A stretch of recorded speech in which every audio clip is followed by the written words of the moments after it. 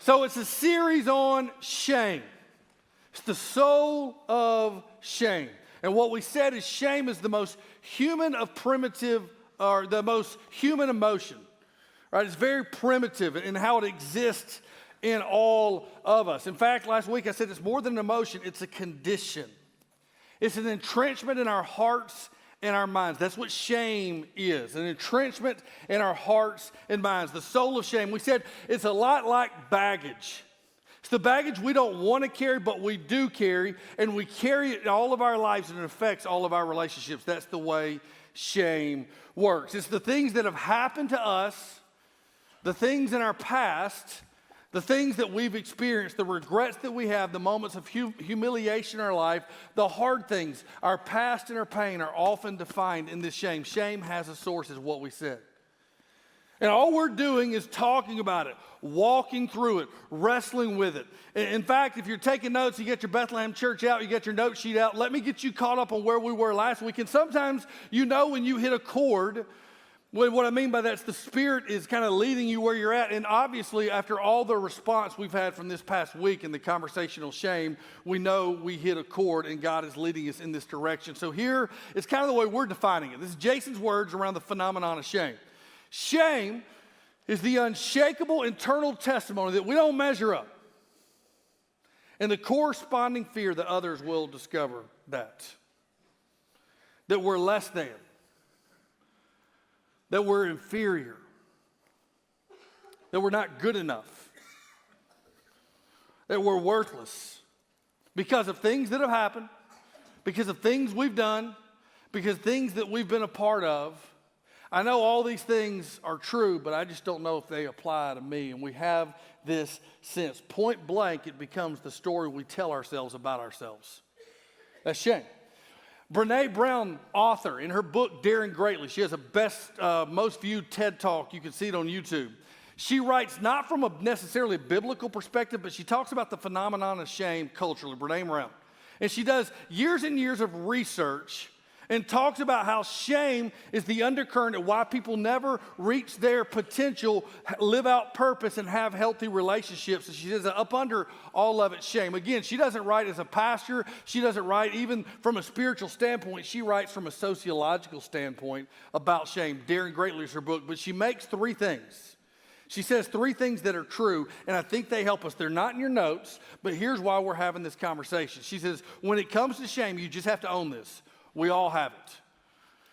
We all have it. It isn't just a subcategory of people. That's what times it's just subcategory of people. Some of you think, oh, I'm just squeaky clean compared. I'm telling you right now, you wrestle with shame. In fact, the only people who don't experience shame, they lack the capacity for empathy and human connection. That's what she says. The only people who've never experienced shame lack the capacity for empathy and human connection. She said, here's your choice. I love this. She goes, here's your choice. You get two things. You either fess up to experiencing shame, or you admit you're a sociopath. One of the two, okay? That's what she says. You either admit you've dealt with shame, or you admit that you're a sociopath, because unless you lack the ability to have human connection and empathy on some level, you deal with shame. She said the second thing is we're all afraid to talk about shame. I prayed with guys this morning. And he goes, man, Jason, it's so good that you're bringing this out in the open, because everybody lives in shame but don't talk about shame, because we have this fear if we talk about our shame, it makes us less than. It makes us weak. And then the third thing is the less we talk about shame, the more control it has over our lives. Shame has an affinity with hiding and self-protection. That's what it wants to do. Hide and project, perform, right, and conceal. All because it's hard for us to believe that God has more for us because of what has happened, what's associated with us, what we think about ourselves. Pastor Matt Chandler, I love what he says. What if the tragedy of shame is that we spend tons of energy trying to hide the very place that grace wants to break through? All we're trying to do is have a series where grace breaks through in our life wherever we are at. Last week we said shame has a source. You just don't feel shame. There's a reason. There's a source in your life. That's the baggage that we talked about. If you're taking notes, let me give you the idea, because this is where our culture goes down when it comes to the remedy of shame. Everybody, here's what I want you to see. put this down because this will be the conversation piece we have today, and this is the truth. You can't feel your way out of shame. And in our culture of feelism, where your feelings are the measure of your reality, that's where we live, a culture of feelisms. The feelings are the measure of our reality. We understand the quality of life based on how we're feeling. That's American 2022. It's a feelism culture. The quality of our life is dependent on the way that we're feeling. So here's the things we say. Bro, I'm just not feeling it anymore. Just not feeling this relationship anymore. Just not feeling this job. Just not feeling this place. Think about it. I'm just not feeling it anymore. Scripture reminds us that the baseline of shame is you're unacceptable, you're less than, you're not worthy. Then what begins to happen is we begin to chase some type of feeling. When we feel this way about ourselves, we chase some type of feeling to make us feel differently about ourselves. A person, a place, a status. You can't feel your way out of shame. In fact, Jesus, and not Jesus, but Paul says, we live by faith, not by sight. Or could I say it this way? You and I as believers live by faith, not by feelings. And shame has a way of keeping our sight and our perspective on the things that we've done, the things that have happened to us, the things that we're ashamed of, the way that we're less than. That's where it stays. If you get your Bibles, Luke chapter 8. Real briefly, Luke chapter 8, I want you to see a passage in the life of Jesus. He's in the heat of his ministry, and Jairus, who's a high-ranking official, comes to see Jesus because his daughter's sick, and he wants his daughter to be well. So Jesus is in the heat of ministry, which means everybody's wanting to be around him. Everybody's bumping into him. Everybody's coming to Jesus for something. Jairus is a high-ranking official. His daughter's about to die, and he sends for Jesus. In fact, I should say sins. He goes and gets Jesus and says, I need you to come back. And I want you to see how this idea of faith and shame collide in Luke chapter 8. So as Jesus went, and by went, he's going to see Jairus' daughter, something happens in between. The people are pressed around him. It's verse 42. And 43 says, there was a woman who had a discharge of blood for 12 years. And though she spent all her living on physicians, she could not be healed by anyone. Now, to be both tactful and respectful, but clear. We're all adults here, right? Part of the female experience, part of what it means to have children is there is a time every month, let's just call it unpleasant. Fair? We'll just call it unpleasant. Again, I'm trying to be tactful and respectful, but clear. The part, I was thinking, how am I going to say this on stage, right? I'm running it past my wife. Does this make sense? Yeah. Say this, don't say that. Okay. I got to stop ad-libbing because I'm going to get myself in trouble. But this lady is experiencing that unpleasant time. She's experienced it for 12 years straight, nonstop. 12 years straight, nonstop. Now, hygiene and personal care wasn't what it is now in the New Testament setting. So this wasn't an altogether private experience. 12 years of this. 4,380 days. This woman is in a desperate condition. According to the Jewish ideas of the day, this ailment, her continual bleeding, would have made her socially and ceremonially unclean. What does that mean? If she bumped up against somebody, they would become unclean because they actually touched or were in the same vicinity as she was. 12 years. If she went to a market and she bumped up against a piece of fruit, that fruit would be disregarded, would be thrown away because that fruit was unclean. This was her experience. Deeply personal, deeply painful, but it wasn't private. Her shame, that she didn't ask for, by the way, wasn't met with empathy from others, but by ridicule and scorn and being rejected and called unclean. Remember, I said the physical and external ways in which we see Jesus interact with people who have ailments, struggles, blind, paralyzed. We see these, we may not have these physically, but what the Gospels are saying is you better believe there's a continual condition in your life spiritually and emotionally that looks the same way.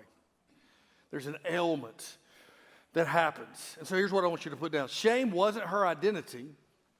Shame was her identity, but it didn't have to be her destiny. That's why for 12 years she kept looking for an answer. She kept looking for cure. Luke, who writes this gospel, is a doctor.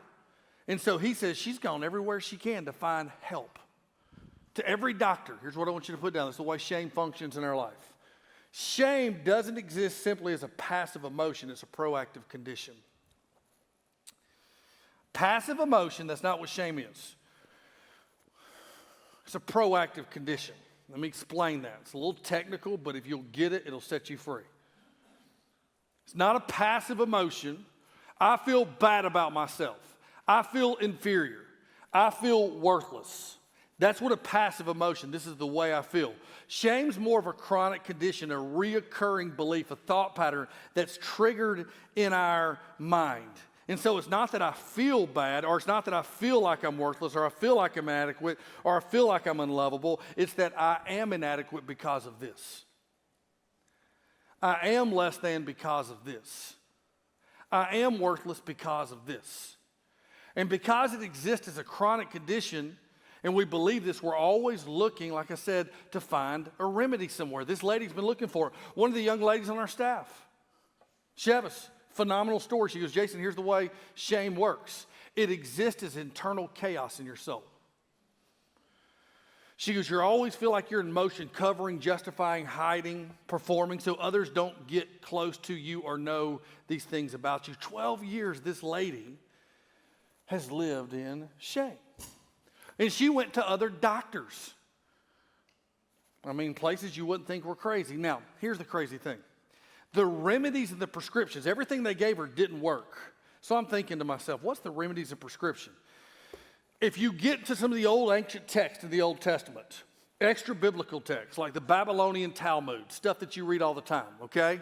And I'm joking. Light reading, you know what I mean? The Babylonian Talmud, which was Jewish sacred text, there was actually prescriptions and remedies for a woman who was in this condition. In fact, this condition was referred to, let me give you the medical condition of the time, flux uncleanness, which meant basically, you can do the math, she was continually bleeding. And so this was her, and so if you look in the Babylonian Talmud, you should see the craziest prescription remedies ever. Like some of you guys are organic and I don't do antibiotics, I drink honey. Okay, whatever. You know what I'm saying? I don't take that medicine, that's great, give me some Tylenol, I don't care. You know what I mean? But wherever you're at, and the whole bit of it, these were the craziest things I've ever heard. Babylonian Talmud. This woman, here's what the prescription she would get. Here's what it said. For a woman affected with flux uncleanness, a mixture of third of wine mixed with 3 measures of Persian onions, not Vidalia, and boil them in wine and give the mixture to her to drink. And when she's drinking it, say, stop your flux. It's in there. No, it gets better. That's just starting. So this woman, 12 years, here's what you need to do. If this doesn't work, sit her at a crossroads. Put a cup of wine, there's a lot of wine going on here, okay? It's going to get better. Put a cup of wine in her hand, and someone come up behind her and frighten her and exclaim, stop your flux. It's like, dude, do we got the hiccups here? What's going on, In there, Babylonian time. If that doesn't work, bring a fern, boil it in wine, again, back to the wine, smear her with it, that's a good time, and say to her, stop your flux. God is my witness. These were the prescriptions she's got. Here was my favorite one. If that doesn't work, go get you an ostrich egg. Why? Burn it and wrap it in linen, in rags in summer, and cotton rags in winter. Hand it to her and say to her, stop your flux. These were honest to God Jewish remedies for her condition. Now we look at it and go, that's the stupidest thing I've ever heard. That is such primitive thinking. That's ridiculous. Remedy for somebody's ailment, and they're actually buying that. But listen to me, shame, I said, is a chronic condition. It's a reoccurring thing that we're always looking for. I want to say, do you know how crazy and ridiculous some of the things you do to get rid of shame in your life is? You know how crazy and ridiculous some of the remedies we buy into because we think it's going to rid us of the shame that we have? We look at them and go, what primitive, ridiculous people. What will people look at us? Many of us chase Dr. Success and we do anything he prescribes to us. If you look this way, if you act this way, and we do anything he just prescribes to us because if these things will happen and we'll feel like success, maybe then we won't believe we have this shame anymore. Pleasure is one of the most frequent things people dealing with shame and this reality. So they chase pleasure, these momentary feelings. I feel unworthy. I feel unlovable. I feel I'm not accepted. And so we chase these fleeting momentary relationships and these things that happen in an instant because we think something that happens in some 3-minute encounter somehow is going to rid me of a life of shame. Do you know how crazy that is? But we prescribe to it in our culture.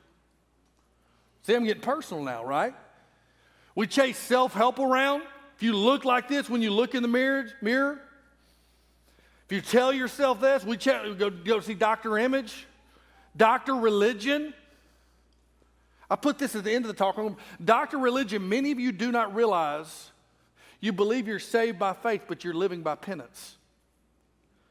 Because you're trying to do all of these things to make God happy and make yourself feel better because of all of these things that have happened in the past. You're trying to pay for the sin that you've done, even though you say you're forgiven. You're confused in your mind, and you're trying to work yourself out of shame.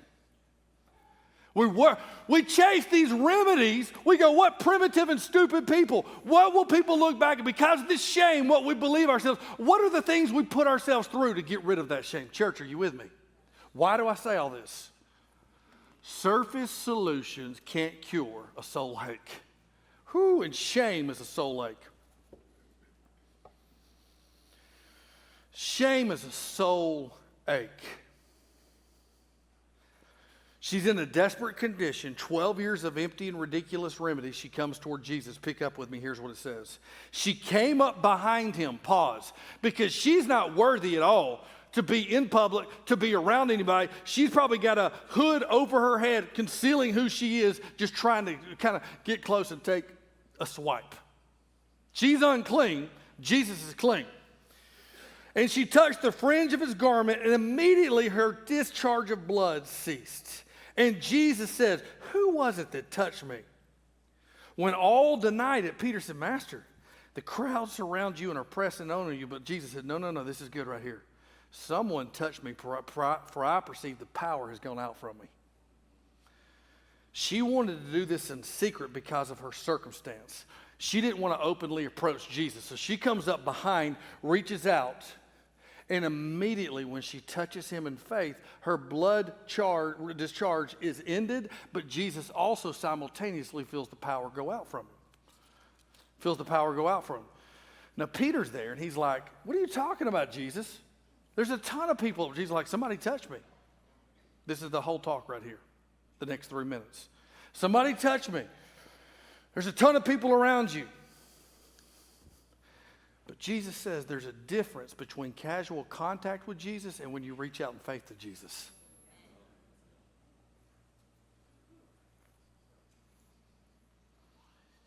There's a ton of people who are, I want you to listen, I've never thought about this. I preached this passage years ago at this church. None of you remember, most of you wasn't here.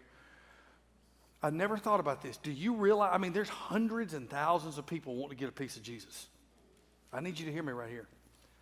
Do you realize how many people were bumping up to Jesus in this moment and not being healed?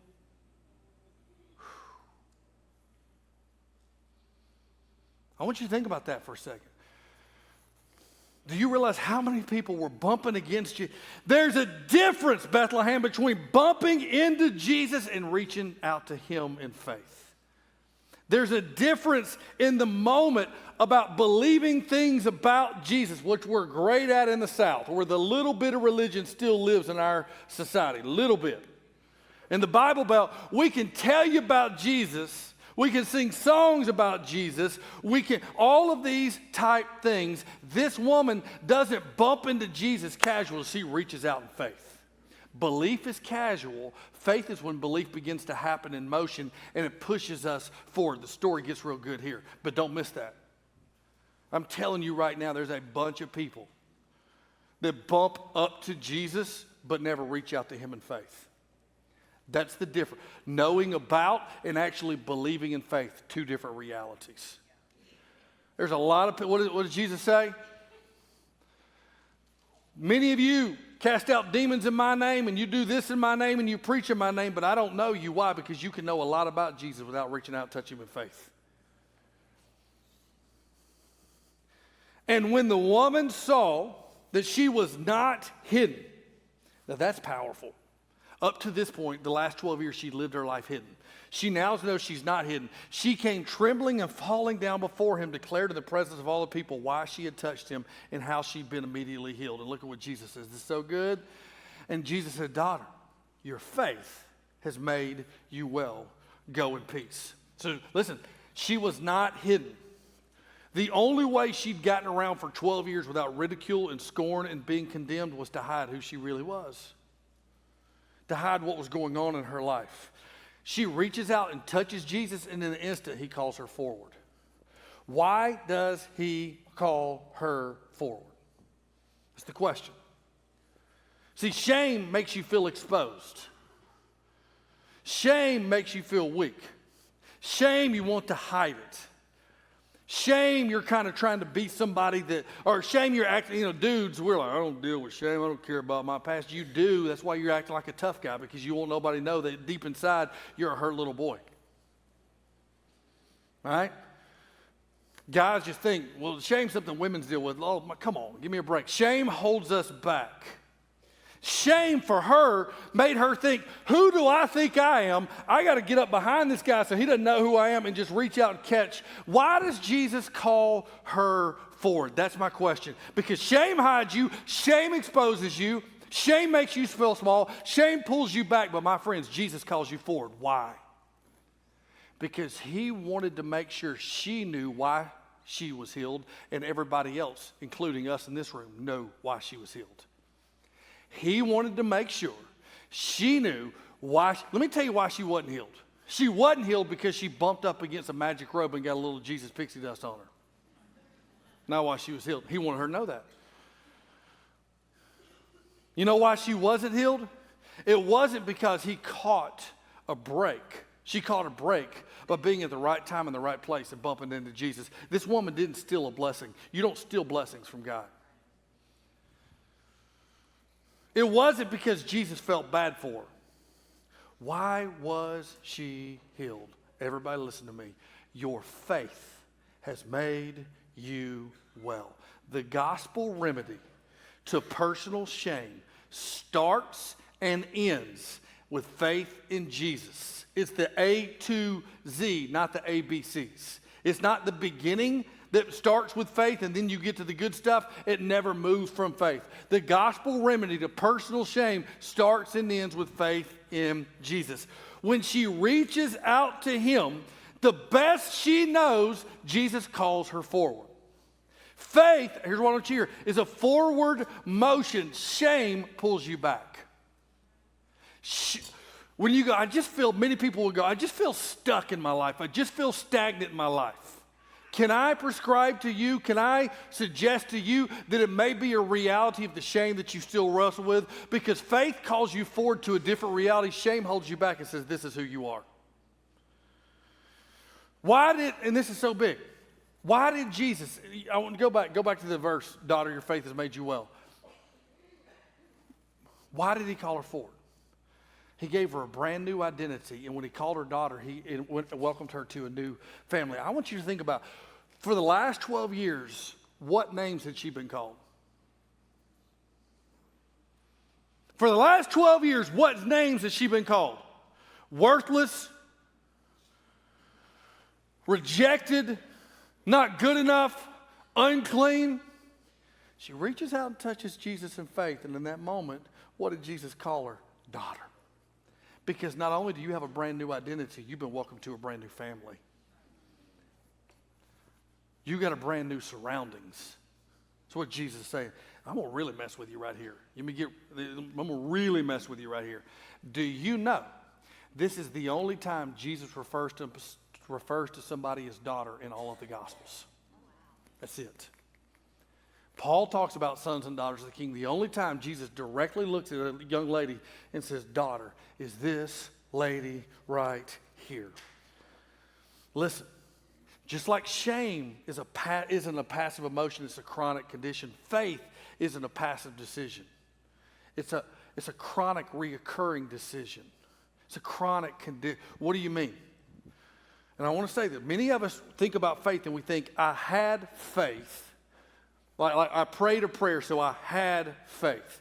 Faith isn't something you had. Faith is something you have. Faith isn't a step you took. Faith is a step you take every day forward motion. Many of us are 40 years old and we still live with our parents' faith that's never become ours. You were raised in and around church. You can meet with people.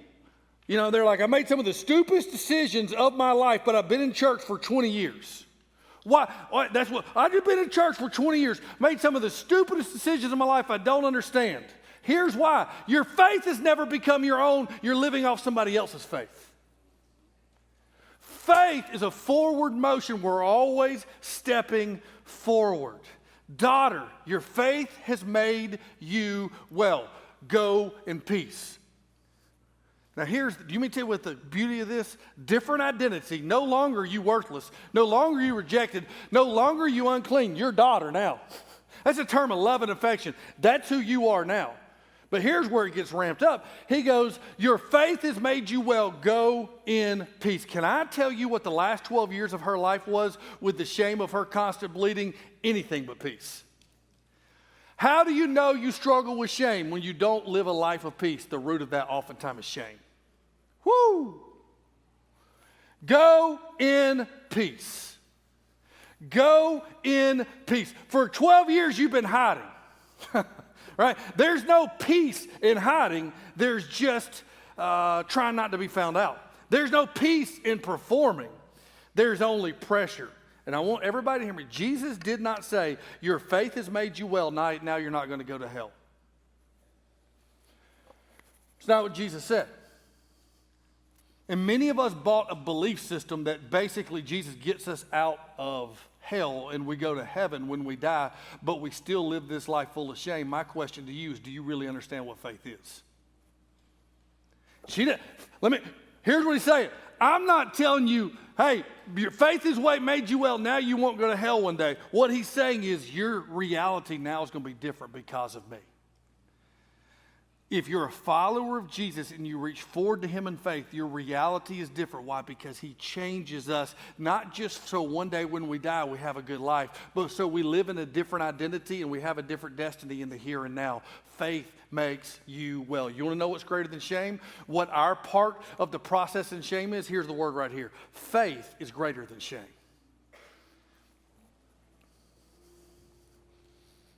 Faith is greater than shame. There are those in this room, and there are those watching online. There are those at our campuses. I said last week, there's one of two things. You have victory in Christ, or you're a victim of shame. It's one of the two things. But those are two different paths. Two different paths. I want to give you visually what I'm talking about. And I didn't put this in your notes, but I want to give you visually what I'm talking about, because this lady's story, daughter, it's a perfect picture of how Jesus changes things. So again, didn't put this in your notes. You can take a picture if you want to, but there's a clear path. Shame is always linked to our past and some type of pain. Shame is linked to our past, what happened, what we did, what was going on back there, or some type of pain, some type of emotional trauma, something in our life. And so what it does is holds you back. Faith is always leaning forward into the person of Jesus and the promise of a life of peace. Shame holds us back and makes us believe that the future doesn't look different than difference. But faith is what propels us forward. So when shame shouts at you, you're unworthy, you're less than, you're a failure, Jesus calls you forward in faith and says, you're my son and you're my daughter. You aren't who you once were. See, feelings don't make you well. Feeling your way out of things that have happened is not going to work. It's going to keep you chasing remedies that don't cure. Guilt didn't make you well. Guilt leads to penance. And penance is this idea of me earning back the right for God to love me. I got to get done here, but here's the thing. The idea, God, man, I've just done so much. God could never use God. We think when we go, God could never use, God could never love, God could never. We say these things in our mind. Pastor, I hear what you're saying, but God can never, I got you. We say these things in our mind. We think it's an indictment of us, but it's actually an indictment of how small you think God is. Bumping into Jesus didn't make her well. Faith makes you well. Where is shame shouting and faith calling? That's all I'm asking you this morning. Where is shame shouting you back and faith calling you forward? Where is shame shouting you back? That's who you are. That's why life is. Where is faith calling you forward? Jesus looks at her and says, no, you're not hidden anymore. You got a brand new identity now, a life of peace. You got a brand new destiny with me, son and daughter. Church, will you stand with me? Let me pray over you.